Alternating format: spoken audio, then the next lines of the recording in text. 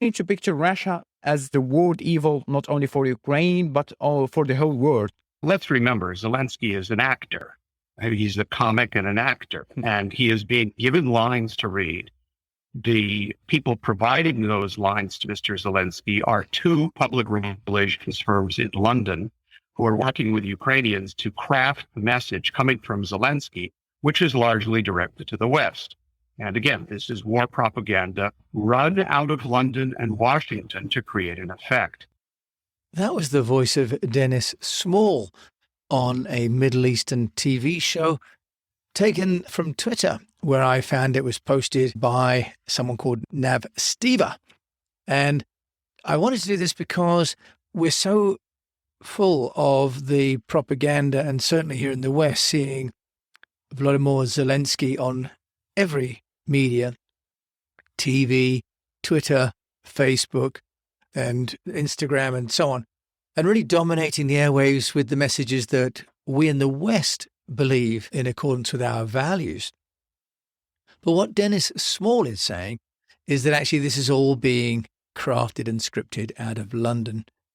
Now, for those of us that might have been thinking and admiring the level of preparation that the Ukrainian Ministry of Foreign Affairs have been putting out and using things like infographics, for example, the news that maybe the home of PR, which is, of course, Britain, is helping in some way or other. So I thought I'd then have a bit of a look. Now, Dennis Small is the Ibero-American editor of the Executive Intelligence Review. Sounds very impressive. It's EIR, but it's not the Economist Intelligence Review, which initially I thought it was. The Executive Intelligence Review is a Washington, D.C.-based magazine funded by Lyndon LaRouche, an economist and a financier. So what they are saying, and what Dennis Small is saying, is that actor and comedian Zelensky's war propaganda script is written by two public relations firms in London. That's just been on Twitter today. So I'm going to post that link in the show notes as well. But I thought what I would also do is just go and have a look and see, is that true? Now, it turns out that all the way back at the end of February, 28th of February, the global PR industry has been quite public about pledging communications support for Ukraine. And the Ukrainian Minister of Foreign Affairs said that it had been overwhelmed by the offers of communication support. This is according to a report on Provoke Media, which is really a worldwide but UK-based PR news platform. So in this story, it says that associates from London and from the PRCA, which is the professional body here in the UK for the agency world, has had over 150 offers of help. It doesn't surprise me really, because I've also been trying to reach out to people that I know in Russia and people who are Ukrainian to see how we can communicate and to share information coming from the Ukraine to other social networks to daisy chain the content supply. And it turns out that the PRCA Director General Francis Ingham has said, "We've been privileged to help coordinate efforts to support the Ukrainian government in the last few days. But let's be under no illusion, Russia is a pariah state, and every corner of business and society must send the strongest possible message to Moscow." And it says, "As an industry, we have a collective duty to fight Russian disinformation and support Ukraine." And what's happened is the MFA, the Ministry for Foreign Affairs in Ukraine, actually have created a dedicated website. So I thought it's quite interesting that they've done that. And there are some lessons in this for anybody that's running a company that has a crisis management strategy. So Dennis Small is absolutely right that Zelensky and the team are getting help. Are Western PR firms writing the script? I'm not sure. I can't find a record of anyone doing that, but the consistency and the speed and also the way that the messages have been crafted for local audiences, whether it's references to Churchill when he's addressing the UK Parliament, or to the Second World War and people like Roosevelt when he's talking to America, for example, plainly Zelensky is being supported in ways that make this look like the world's greatest PR campaign. Now, by contrast, of course, we know that Putin feels impenetrable and doesn't really care. And his own PR campaign seems to rely on people like this Navstiva, who are basically doing their best to put down any comments or to raise up comments like Dennis Small. So the website that the Ministry for Foreign Affairs has created is war.ukraine.ua. And it says Russia invaded Ukraine, why? And it has a map of Russia, all in red. And then it has Ukraine, which obviously looks not even 1/20th of the size. And it's the 41st day of this attack. So it's a very simple but effective graphic. And we have how you can help support Ukraine, donate to Ukraine, or join the Foreign Legion. And then it has a situation. So it has on the left-hand side a feeder, a news feeder. So 22:45, that's this evening, Russian invaders left stretch bombs or grenades in apartments in Bucha, where they found Ukrainian symbols or documents of servicemen. This is going on pretty much every 15 minutes to an hour. There is some news coming out. It doesn't say where it's from. It's like a Twitter feed, but it doesn't seem to be powered by Twitter per se. And then we have 30 Days of War. We've got a picture on the front of a fireman helping an old lady out of a burning building. And then we've got The Country of Ultimate Freedom, a film. And then we've got the Ukraine war in pictures, 6-year-old boy at a mother's grave. Pretty heartbreaking. Farewell with Ukrainian photojournalist Max Levin, who we read just last week was killed in Kyiv. He was found dead with 2 bullet holes. And then we have here, halfway down, as a media professional, find here verified information on Russia's invasion of Ukraine and use our media kit for the Global United Voice. Media requests to mfa.ukraine@gmail and share the truth about Russian invasion of Ukraine. And then it has underneath that what Russia says and what it actually means. So it has information about the disinformation that's coming out of Russia. So if I take one, for example, Russian occupants say limited military occupation, and it means all-out attack, missile strikes, air and land invasions, civil targets, cities and infrastructure. Now, these are Instagram size format. So what they're doing very easily and very well is creating content for anyone that wants to share this. You can download the image and share it. Okay. And what they've got below that is Defenders of Freedom. And they have human. They've got 3 columns, human, heroes, and human. They've got a 15-year-old girl from Mariupol who spent 2 weeks filming events. We've got a journalist and PR specialist, Margarita, who joined the ranks.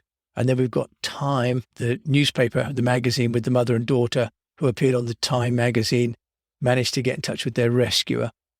And then it says below 141 countries support Ukraine. So there's a map of the world, all with blue.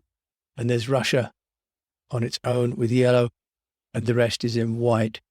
And underneath that follows on Facebook and in Insta and get the Spotify. And then it also has a click here to see Ukraine before the war.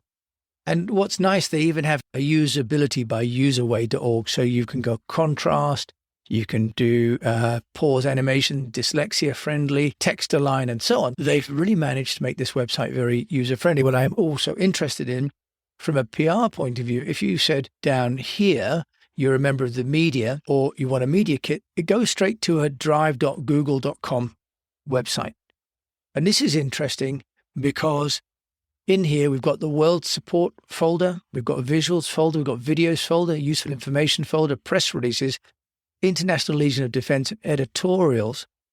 If I just click here, for example, editorials, then why is Russia invading? If I look, for example, at visuals, I have only 6 visuals at the moment. Looks as though that hasn't been as updated as it might have been. Videos, let's see what we've got in here.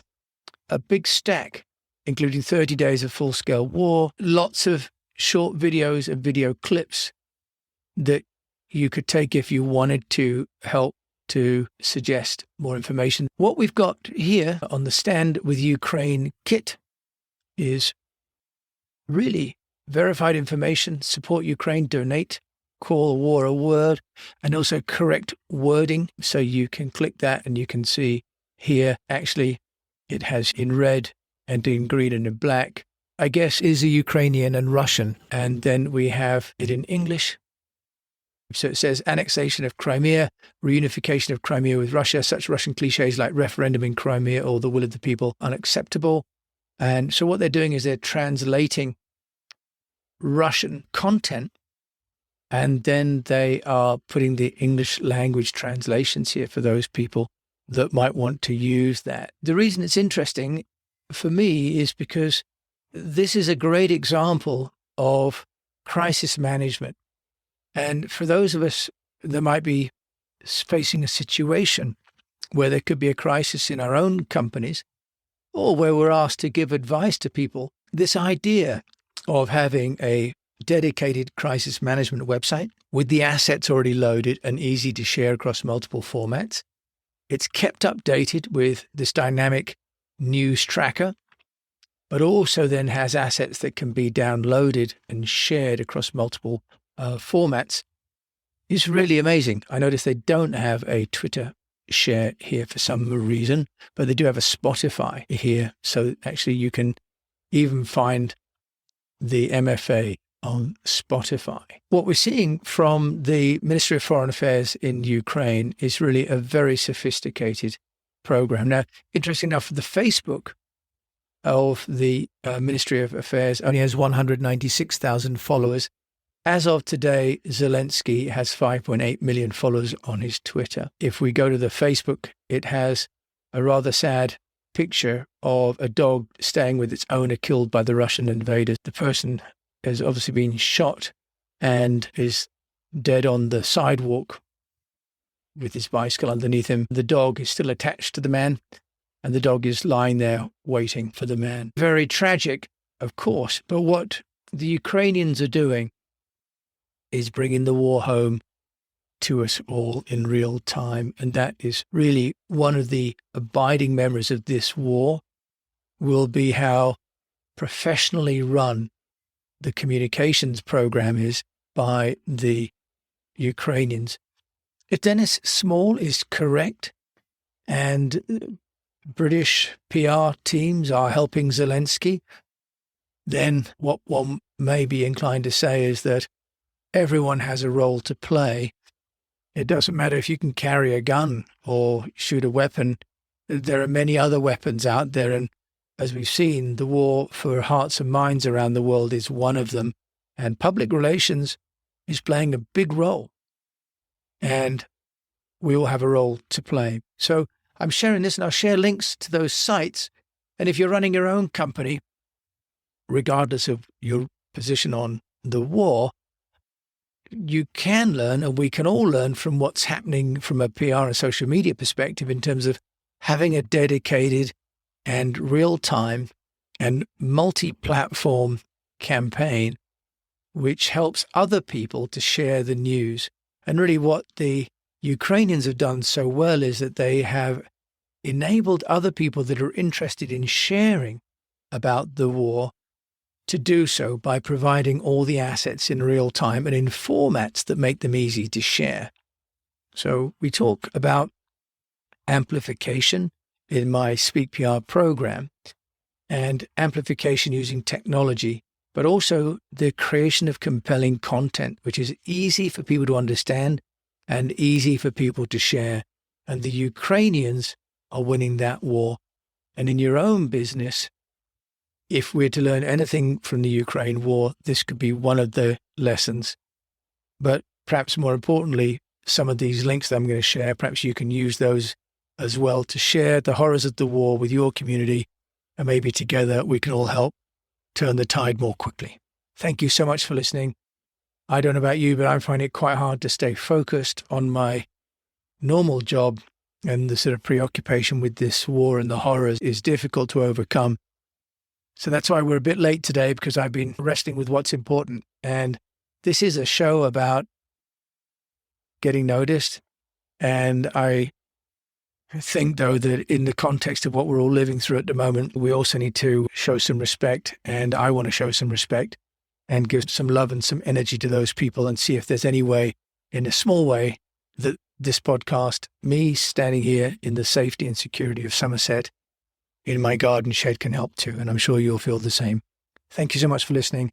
Share with me, jim@eastwestpr.com, any thoughts or ideas, or join me on Twitter, Jim A. James. Thank you so much for listening to this episode of The Unnoticed Entrepreneur, or in this case, The Unnoticed Soldier.